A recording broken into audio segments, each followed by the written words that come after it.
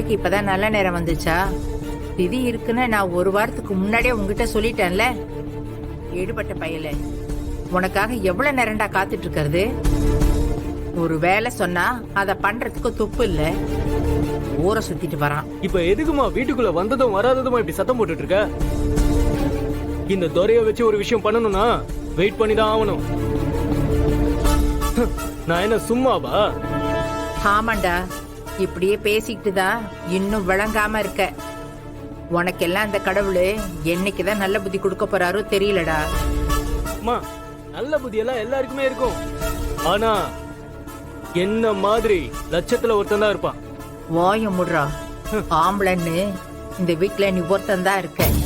வீட்டுக்கு ஆம்பளை லட்சணமா திதி கொடுப்பேன்னு பார்த்தா கொஞ்சம் கூட பொறுப்பு இல்லாம இருக்க. இப்படியே பேசிக்கிட்டு இரு. உனக்கு என்ன பண்றேன்னு பாரு. நீ என்னமா புதுசா பண்ணிட போற? பெத்தவளா போயிட்டேன்னு வந்து போயிட்டு இருக்கேன். இந்த மாதிரி எல்லாம் சவுண்ட் விட்டுட்டு இருந்த அப்புறம் நான் வீட்டு பக்கமே வர மாட்டேன், பாத்துக்க. சரி சரி, உன்னை யாரும் எதுவும் சொல்ல மாட்டாங்க. உக்காந்து ஒழுங்கா திதியை கொடு. தம்பி, சட்டையை கட்டிட்டு இப்படி உட்காருங்க. சட்டையை கழட்டிட்டு உட்காரு.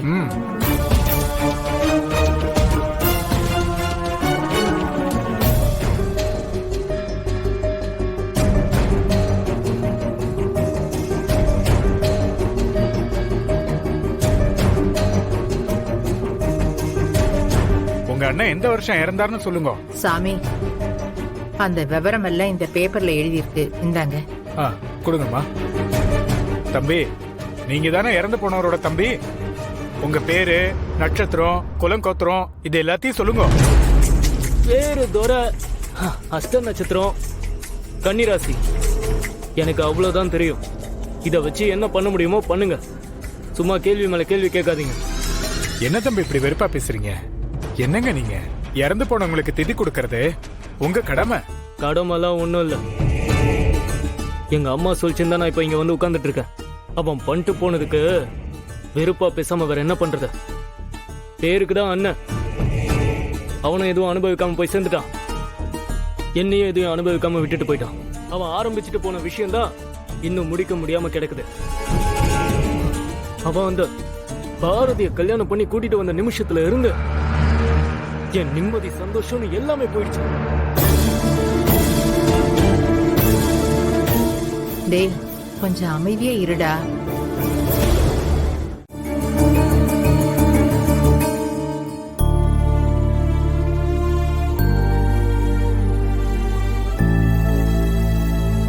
ரொம்ப நல்லதுமா. அப்புறம் சாமி விளக்கு ஏத்திட்டு பூஜை பண்ணிக்கோங்கம்மா. சரி, நான் கிளம்புறேம்மா. சரிங்க சாமி. டேய் துரை, சாப்பாடு போடுறேன், இருந்து சாப்பிட்டுட்டு கிளம்பு. எனக்கு இப்ப சாப்பிடுற ஐடியாலாம் இல்லம்மா. வெளியே கொஞ்சம் வேலை இருக்கு, நான் போய் முடிச்சிட்டு வந்து சாப்பிடுறேன். டேய், வந்ததுதான் வந்த, இருந்து சாப்பிட்டுட்டு போயிடேன்டா. இதுக்காக இன்னொரு தடவை வருவியா? எனக்கு இப்ப பசிக்கலமா, நான் தான் போயிட்டு வரேன்னு சொல்றேன்ல. என் பிள்ளையும் புருஷனும் உன்னை நம்பி என்னை விட்டுட்டு போனாங்க பாரு. எனக்கு இதுவும் வேணும், இதுக்கு மேலேயும் வேணும்டா.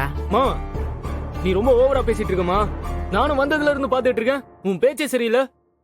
இப்படியே பேசிட்டு இருந்த உன்னை கொன்னே போட்டுருவோம், பாத்துக்க. கொன்னுடு, உன் பிரச்சனை எல்லாம் தீர்ந்துரும். நானும் இந்த கன்றாவியெல்லாம் பார்க்காம போய் சேர்ந்துருவேன்ல. மா, இப்ப உன்னை என்ன பண்ணிட்டாங்க? எல்லாம் அவனாலதான். உன் மகன் வாசு, அதான் என் அண்ணன், செத்து போகாம இருந்திருந்தா அவனும் உன் மருமகளும் சேர்ந்து என்னை எப்பவோ இந்த வீட்டை விட்டு அடிச்சு துரத்திருப்பாங்கல்ல. அதை விடு, அவன் போய் சேர்ந்துட்டான். எனக்கும் தான் ஒரு கல்யாணம் நடந்துச்சு.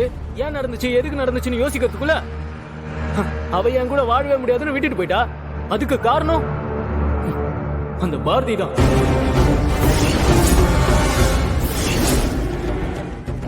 அவ முத புருஷன் செத்து போனதும் இன்னொரு புருஷனை அவ தேடி போக அங்க நடந்த கூத்துல கடைசியில என் வாழ்க்கையும் போச்சு. அப்பவே நான் அந்த பாரதியை கல்யாணம் பண்ணிருந்தேன்னா எனக்கு இப்ப இந்த நிலைமை வந்திருக்குமா? இல்ல நான் தான் இப்படி அலைஞ்சிட்டு இருந்திருப்பேனா? எல்லாமே அந்த பாரதியை லவ் பண்றேன்னு சொல்லி ஒருத்தன் வந்து கல்யாணம் பண்ணிட்டு போனானே, அவனாலதான் நாசமா போச்சு. டேய், இப்ப பேசாம இருக்க போறியா இல்லையாடா? ஏமா, நீ ஏதாவது பேச போறியா? நான் பேசதான் செய்வேன். அந்த பாரதிய கைய பிடிச்சு இழுத்து ஒருத்தன் கூட்டிட்டு போனால இப்ப நினைச்சாலும் அப்படியே பத்திக்கிட்டு வருது. அவன் மட்டும் தனியா என் கையில கிடைச்சான். கிடைச்சா என்னடா பண்ணுவ? என்னம்மா உன் மருமகளையும் அவ புருஷனை பத்தியும் பேசுனதும் உனக்கு கோவம் பொத்துட்டு வருதோ? ஆமா, நான் தெரியாம தான் கேக்குறேன். அவகிட்ட அப்படி என்னத்த பாத்துட்ட? வாசுவுக்கு ஒரு புள்ளைய பெத்துட்டு புதுசா வந்தவனுக்கு ஒரு புள்ளைய பெத்தா. அவெல்லாம் ஒரு ஆளுன்னு அவளுக்கு போய் நீ சப்போர்ட் பண்ணி பேசிட்டு இருக்க? விளங்கிடும். நியாயமா பார்த்தா அவ பண்ணிட்டு போனதுக்கு உனக்கு தான் என்ன விட அதிகமா கோவம் இருக்கணும். நீ என்னடான்னா அவளை மடியில போட்டு அப்படியே கொஞ்சிட்டு இருக்க. பேரு வச்சாலும் வைக்காட்டியும் போகாது மல்லி வாசம், அது குத்தால சுகவாசம். டுட்டுட்டு டுட்டுட்டு டுட்டுட்டு டுட்டுட்டு டுட்டு. ஆ? டேய் எடுபட்ட பையனே, செவில பிஞ்சிரு பாத்துக்க. யார பாத்துறா கண்ணடிச்சு கூப்பிடுற? ஓ, உனக்கு அந்த ஆசை வேற இருக்கா? இங்க பாரு, நானும் உனக்கு பேரன் தான் பாட்டி. அது ஞாபகம் வச்சுக்க. சும்மா பேசுற வேலை வச்சுக்காத. சரி, என்ன விஷயம் சொல்லு. அங்க பாத்தீங்களா, ஆதி என்ன காணும்னு அண்ணனும் தங்கச்சியும் டென்ஷனா உட்காந்துட்டு இருக்காங்க. அவ கட்டிக்க போறவனை காணாமனு டென்ஷன்ல இருக்கா. உனக்கு என்னடா வந்தது? நீ சரியான ஆளுதான். என்கிட்டயே நடிப்பு போடுற பாத்தியா? உனக்கு இருக்கு ஒரு நாளைக்கு. பாட்டி ஆ? இங்க வாங்க. போ போ போ போ போ.